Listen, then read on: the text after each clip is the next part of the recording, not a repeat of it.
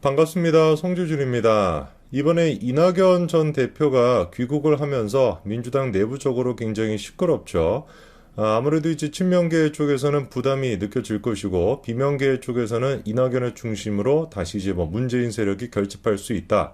조금 더 우리가 다음 총선에서 힘을 낼 수 있다. 뭐 이런 얘기가 벌써부터 나오고 있습니다.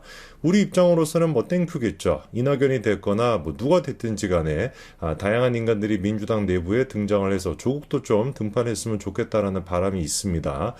그렇게 해서 혼란스러워지면 혼란스러워질수록 우리한테는 유리한 거니까 이낙연이가 조금 더 깽판을 쳐줬으면 좋겠는데 이재명 본인 스스로 또한 마찬가지로 좀 신경이 쓰이는 것 같아요. 원래는 이낙연이가 귀국할 당시 이재명이도 마중을 가야 된다 뭐 이런 얘기가 있었다고 합니다. 근데 결국에는 이재명이가 마중 가지 않았죠. 그냥 이제 전화 통화만 했다라고 하는데 뭐 그것만 보더라도 뭐 쫌생이 같은 이재명 그리고 또 쥐 같은 그런 이재명이가 자기한테 조금이라도 유리할 수 있으면은 뭐 심적으로 좀 부담이 느껴지거나 자신감에 뭐 스크래치가 생기거나 뭐 이딴 거 상관하지 않고 다 그냥 철면피같이 그냥 갈만한 그런 위인인데 그런 이재명이 조차 안 갔다라고 한다면 정말 이낙연이가 좀 신경이 쓰이긴 신경이 쓰이나 봅니다. 오늘 제가 그런데 영상을 통해서 말씀드리고자 하는 것은 그럼에도 불구하고 이낙연이나 이재명이나 어떻다? 초록은 동색이요 똑같은 인간일 뿐이라는 겁니다.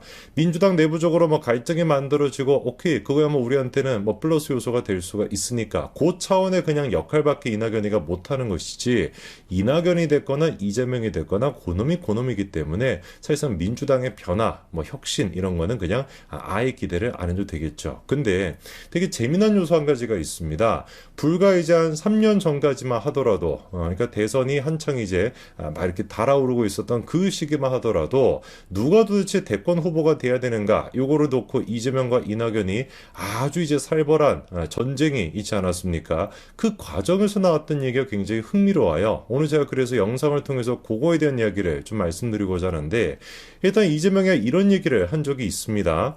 이낙연이야말로 측근에 대한 말이 많다라고 하면서 옵티머스 의혹을 직격했다라고 하는 얘기가 나와 있는데 결론부터 말씀을 드리면은 이재명의 측근들이 얼마나 많은 사람들이 극단 선택을 했습니까? 무려 이제 4사람 정도나 극단 선택을 했었죠.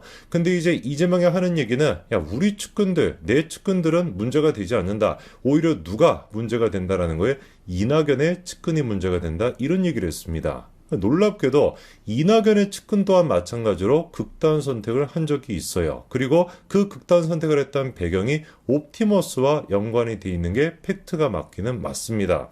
아마 지금 영상을 보시는 분들 중에 야 이낙연의 측근이 극단 선택을 했다고 이재명의 측근과 마찬가지로 이 얘기를 잘 모르시는 분들이 계실 수도 있을 것 같은데요. 제가 간단하게 옵티머스 사태부터 시작해서 정리를 좀 해드리겠습니다. 자 일단 옵티머스 사건이라는 게 뭐였냐? 일종의 이제 사모펀드를 파는 것이었는데 사모펀드가 이제 좀 위험성이 있죠. 하이 리스크, 하이 리턴 아니겠습니까? 근데 그 사모펀드를 마치 이제 공공기관 매출 채권에 투자하는 것처럼 선전을 했던 거예요. 그러다 보니까 이제 그 투자자 입장에서는 이게 그냥 단순한 하이 리스크만 있는 그런 사모펀드가 아니라 뭐 공공기관이랑 연관이 돼 있다 보니까 어느 정도 좀 안정성이 있나 보다. 이렇게 이제 안도를 하고 많은 사람들이 몰렸던 것이죠. 근데 이제 결국에는 그게 이제 사기다라는 식으로 드러나게 되어가지고 3,200명이나 피해를 봤고요. 그 금액만 하더라도 무려 1조 3,400여 원. 어마어마하게 이제 큰 그런 초대형 사기 사건이었습니다. 그럼 이런 사기 사건에 도대체 이낙연 측이 어떤 식으로 연루가 돼 있었다라는 것이었냐? 놀랍게도 이낙연의 최측근이라고 하는 사람이 옵티머스랑 관련된 의혹 때문에 두 번째 검찰 조사 중에 극단 선택을 하는 이런 사태가 있었는데요. 자, 그러면 이제 질문이 드는 겁니다. 이재명의 측근들을 생각해 봤었을 때 그분들이 느꼈을 심적 부담감이 얼마나 컸을지 우리가 충분히 예상해 볼 수 있죠. 대장동 같은 것만 하더라도 뭐 큰 사건인데 이 뭐 이재명 아저씨 같은 경우는 대장동이 됐거나 백현동이나 정자동이 됐거나 온갖 곳에 그냥 엮여 있다 보니까 당연히 그거에 대한 책임을 져야 된다라고 한다면 그 측근이라고 하는 사람들의 심적 부담감이 컸을 겁니다. 옵티머스 또한 마찬가지로 아까 전에 말씀드린 것처럼 그 피해 금액만 하더라도 엄청나게 크기 때문에 충분히 부담감을 느꼈을 것 같기는 해요. 근데 여기서 미스테리 한 가지가 있습니다. 이낙연의 극단 선택을 했다라고 하는 그 최측근이 연루가 돼 있던 금액은 얼마였냐? 46만 원 정도밖에 안 됐습니다. 그러니까 46만 원을 불법적으로 뭔가 받았다라는 것인데 도대체 이게 무슨 소리냐? 다른 게 아니라 이 복사기 있죠? 복사기 임대료, 그 임대료를 갖다가 받았다라는 거예요. 누구로부터? 옵티머스 관계사인 트러스트올이라고 하는 곳으로부터. 그래서 그 기간도 막 크지도 않습니다. 2월 달부터 5월 달까지 해가지고 11만 5천 원이니까 46만 원. 요 정도의 이제 금액을 불법적으로 받은 것이다. 이게 이제 선거자금법 위반이다. 요 혐의를 받고 있었거든요. 우리가 질문이 드는 거 아니겠습니까?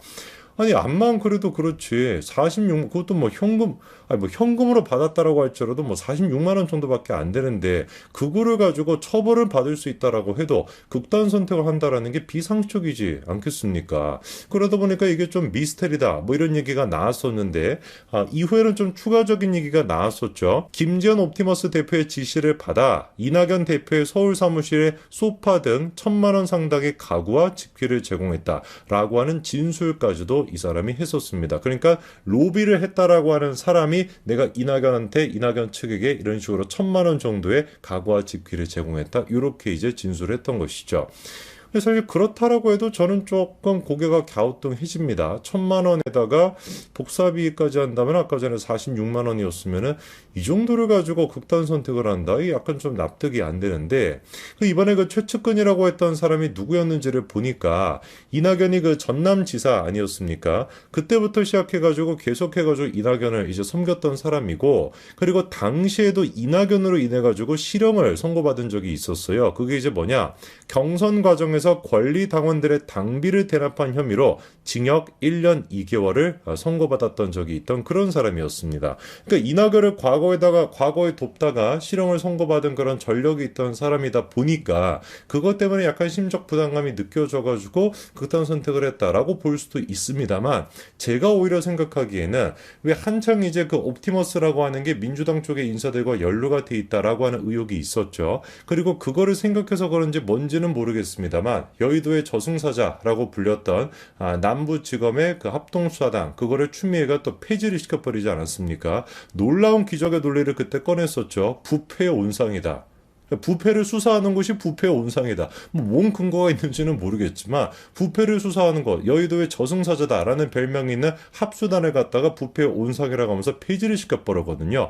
누가 보든지 간에 민주당에 대한 수사로 옵티머스나 라임 사태 같은 것이 확장되는 것을 막기 위해서 추미애가 선수를 쳤다라고 밖에 안 보이는 상황이었는데 묘하게 제가 느끼기에는 그런 어떤 연장선에서 이낙연의 최측근 또한 연루가 돼 있던 게 아닐까라고 하는 의심이 든다라는 것이죠. 자, 근데 여기서 또 코미디 같은 게 한 가지가 있습니다. 바로 이재명의 발언인데요. 이재명이 이런 얘기를 했었습니다. 이낙연 대표가 뭐가 아쉬워서 부당이익을 얻거나 묵인을 했겠냐. 정치 음해다. 요게 이제 이낙연의 최측근이 아까 전에 그 복사기에 대한 임대료, 가구를 같은 걸 제공받았다라고 하는 얘기가 나왔을 당시, 제일 처음 나왔을 당시 이재명의 반응이었습니다. 정치적인 음해라는 거야. 이낙연 편을 들었죠. 그랬다가 뭐 1년 정도가 채 지나지 않아가지고 뭐 1년 됐는지 모르겠는데 바로 대번에 그냥 이재명이 뭐라고 그냥 말을 싹 바꿔버렸습니까? 이낙연 옵티머스 해명해야 된다. 이렇게 입장을 바꿨었죠. 그러면서 하는 얘기가 본인을 되돌아봐야지. 아니 세상에 문제없는 나를 그런 식으로 공격하면 이거 말이 되겠느냐? 이런 얘기를 이재명이가 했습니다. 물론 뭐 이재명의 입장 바꾸는 거야 하루 이틀도 아니고 삼시세끼 밥 먹듯이 그냥 하는 사람이니까 놀랍지도 않은데 정작 이재명 본인 스스로도 어땠다라는 거예요? 옵티머스랑 연루가 돼 있었다는 거예요. 보십시오. 옵티머스 문건에 떡하니 그냥 최동욱과 이재명 두 사람의 이름이 등장하고 있지 않습니까? 어떤 내용인지를 보니까 문건에 적혀있는 내용이 최동욱 고문이 2020년 5월 8일 이재명 경기도지사와 면담을 했다. 사업의 패스트트랙 신속 진행을 확인을 했다. 사업 인허가 시점이 9월이고 예상 차익은 1,680억 원이다. 이런 내용이 적혀 있었어요.